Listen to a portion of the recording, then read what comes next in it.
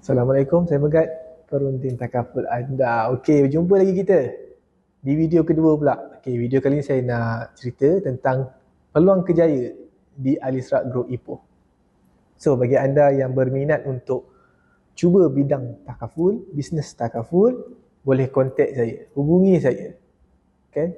Manalah tahu ada rezeki dalam bidang ni. Dan bagi anda pula, ejen-ejen yang dah lama berhenti dalam bidang takaful ni tapi nak comeback, cuma tak jumpa mana tempat yang sesuai, boleh cuba di Alisra Group. Okey, apa-apa kontak saya, hubungi saya. InsyaAllah kita akan bagi training bagi siapa yang fresh untuk masuk, dan kita akan bagi orang kata